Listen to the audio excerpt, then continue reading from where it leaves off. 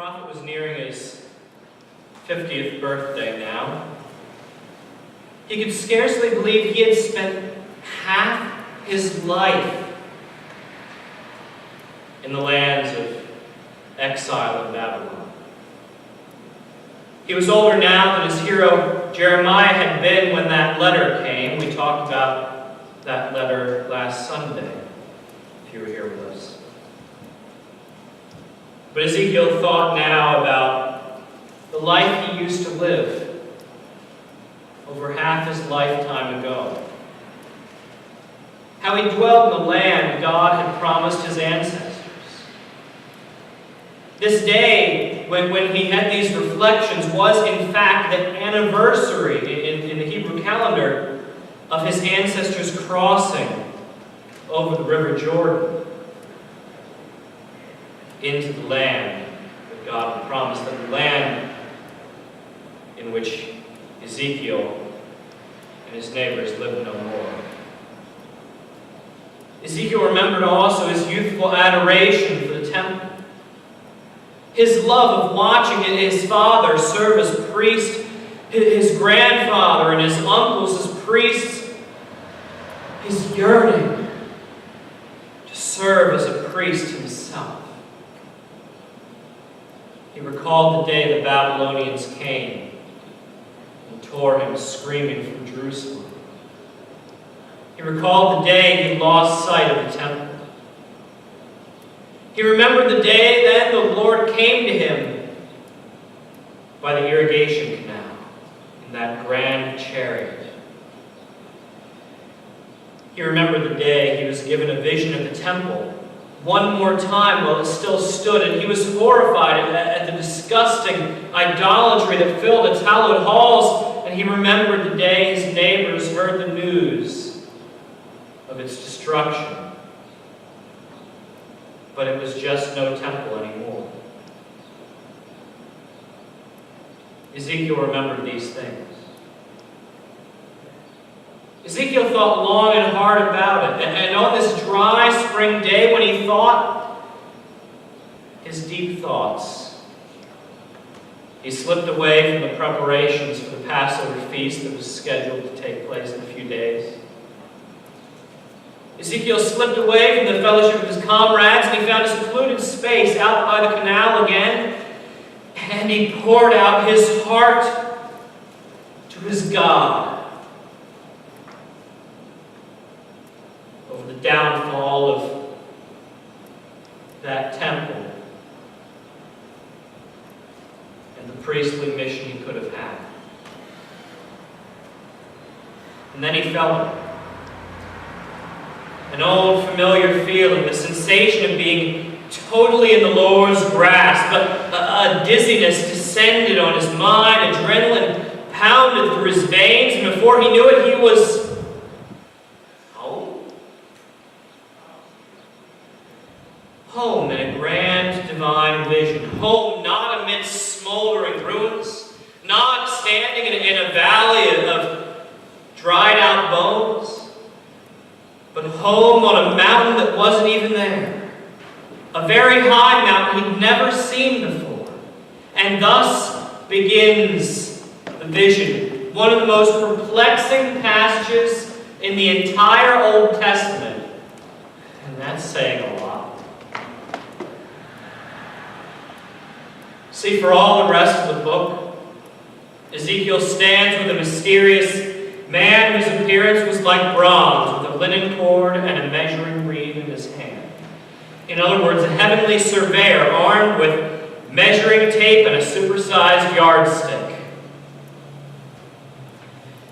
And that man takes Ezekiel on a very detailed surveying tour of an unnamed city, but especially the heart of that city, which is an exquisite temple complex, perfected in every way, bigger and better than Solomon's temple ever was, surrounded by a wall 10 feet high and 10 feet thick.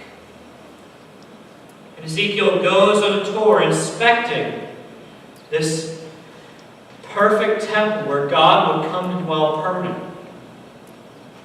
Ezekiel receives detailed instructions, almost a miniature new Leviticus to govern it. And the list of measurements and chambers and all sorts of features is, okay, to be totally honest, it's kind of exhausting. Go ahead and read it sometime. See how far you can keep track of it. This really is a challenging passage to work with, because what exactly is Ezekiel seeing? What is this temple? Is it the one the Jews are going to build when they return from their exile in Babylon? Well, the books of Ezekiel and Nehemiah tell us all about that temple, and it doesn't look anything like this. Not even close. The half-hearted thing they build doesn't measure up at all to this vision. It's not even as good as Solomon's original, much less this new and improved version. Centuries later, Herod the Great would expand the Second Temple and try to use this vision as a template, but still the Second Temple never came close to looking like this. So what's going on? Well, a lot of people these days have made the guess that Ezekiel is seeing a literal, physical third temple that will someday be built near the end times by the people of Israel on the Temple Mount where the first and second temples once stood. That idea is popular among dispensationalist readers of the Bible today. The idea it is a physical Jewish temple that will be built within modern-day Jerusalem. I know some of us here tend toward that persuasion in reading these chapters.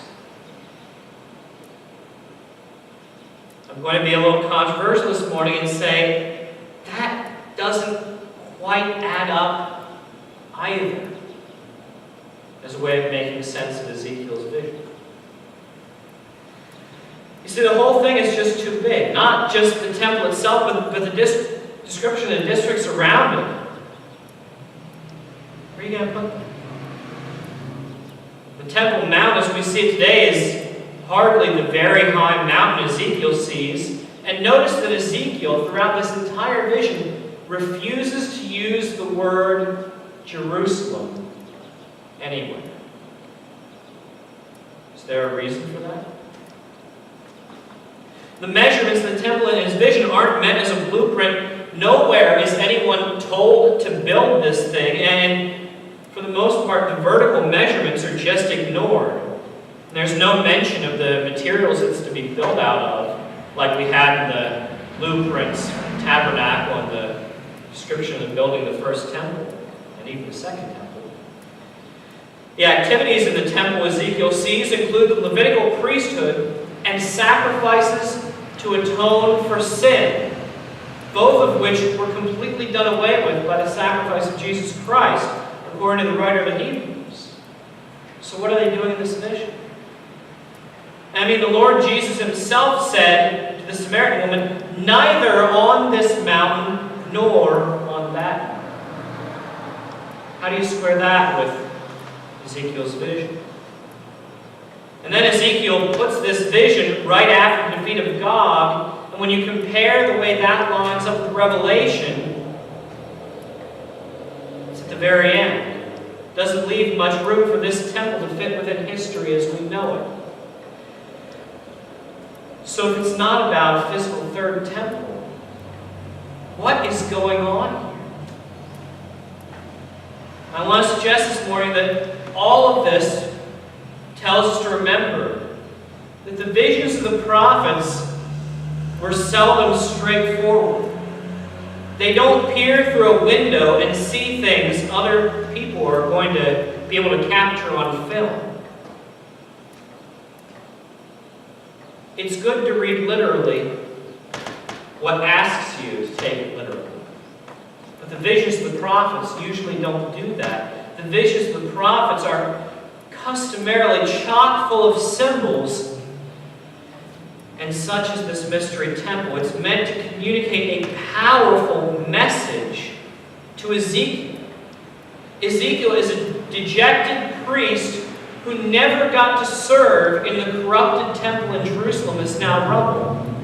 It's meant to send that same message through Ezekiel to the exiled Judeans who corrupted the first temple in the first place. And so this vision shows a temple that's kept pure. That's why there's emphasis on the priests who are stationed in each of the gates on guard duty. This vision is an elaborate way of picturing an alternate reality, a perfect temple where purity is actually taken seriously and where worship can run smoothly and Israel can be at peace. This is the beautiful heavenly truth of which the architectural earthly temple was only a shadow, as we read throughout the letter to the Hebrews.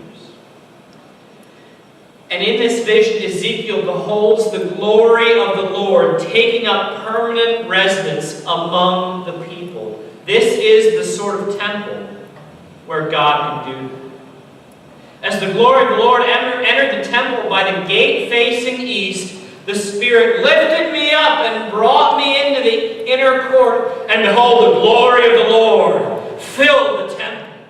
And while the man was standing beside me, I heard one speaking to me out of the temple. And he said to me, "Son of man, this is the place of my throne and the place of the soles of my feet, where I will dwell in the midst of Israel forever. And the house of Israel shall no more defile my holy name." And Ezekiel is told this message is to be told to the other exiles so that they may be shamed of their iniquities. That's what the message is for. Now Ezekiel gets this vision on the 10th day of the first month in the Hebrew calendar. He's very specific to tell us that. And assuming that he's using the same calendar we see for the most part throughout the rest of the Old Testament, he's getting this vision a few days before Passover. And in particular, Ezekiel's getting his vision on the same day in the Hebrew year that will eventually be known as, to us, as Palm Sunday. Because it's on the 10th day of the first month that Jesus enters Jerusalem as people hail him as king. And what does he do when he gets into Jerusalem? According to the first three Gospels, it's the same day when Jesus goes into the second temple and announces God's judgment against it. And he says his own body is the real temple of God, which will be torn down on the cross and raised up on the third day. That is the day of Ezekiel's vision. And because the apostles recognized the church as Jesus' body on earth after the ascension, they talk about the church, the fellowship, as being itself the earthly temple. Paul says it very explicitly, we are the temple of the living God. That's what's written, and there can be only one, and we are it. And when we get to the very end of the story, what comes after that final defeat of Gog and Magog? Well, John repeats Ezekiel's promise about God dwelling among his people, and then John sees this symbolic city with its gates and its walls, and in John's vision it's even bigger and grander than Ezekiel saw it, and yet John says, I saw no temple in the city because its temple is the Lord God Almighty and the Lamb, from whom flows the river that Ezekiel sees flowing out of the temple in his vision. More on that part next Sunday, don't miss it. This is what Ezekiel is glimpsing in terms that make sense to him and his people. in the time and place where they lived in their exile. Which is why things are explained to Ezekiel in terms from the Old Covenant, like continued atoning sacrifices and his type of priesthood. These are symbols pointing ahead to what Christ will bring. See, in a way, we are this new temple Ezekiel sees. We're still under construction. And we are the priests who serve there. The main point is this. All the pollution Ezekiel once saw in the temple will be done away with. This temple, the temple we are, is bigger and more glorious than the one Solomon built, even than the one Herod built. And we are made for dwelling in God's holy city. More than that, we are made to be the place where God sets up his throne for good. We are made to be filled with the glory of the Lord. And he has given us a promise that must have been sweet music to the exiles' ears. And the promise is that he will dwell in the midst of the house of Israel forever in his new temple. His dwelling is here in his church, and he will never leave us. If you want to know where to find him, always the fellowship of the saints. One day we will see him face to face in that shining city. On that day, we will celebrate the feast with him as Ezekiel foresaw as the heavenly wedding banquet. But until then, the altar is still in his temple. Ezekiel's vision includes an altar. It also includes sacrifices, which the priesthood serving in this new temple will eat. Ezekiel outright says he beholds the holy chambers where the priests who approach the Lord shall eat the most holy offerings. Ezekiel is told outright that they shall eat the grain offering, the sin offering, and the guilt offering, and every devoted thing in all Israel shall be theirs. In fact, the last thing Ezekiel sees in chapter 46, before what we're going to talk about next week, is he gets a tour of the kitchens where the sacred meals are prepared. This morning, we're here to approach the Lord at the altar Ezekiel saw in the new temple. And upon this altar an offering has been laid out unto God, the offering of the loaf and the cup, which Christ designated his body and his blood. And with thanksgiving to God, we are going to come together and eat this offering as the priests of the new temple. So when we gather at this altar, when we eat these most holy offerings, be aware of this truth, that the glory of the Lord has committed to dwell in our midst forever. He only bids us safeguard the purity and holiness of his beautiful temple. Not a building, but a fellowship. Not on this mountain or on that mountain, but a temple where we worship our Father in spirit and in truth. Thanks be to God. Amen.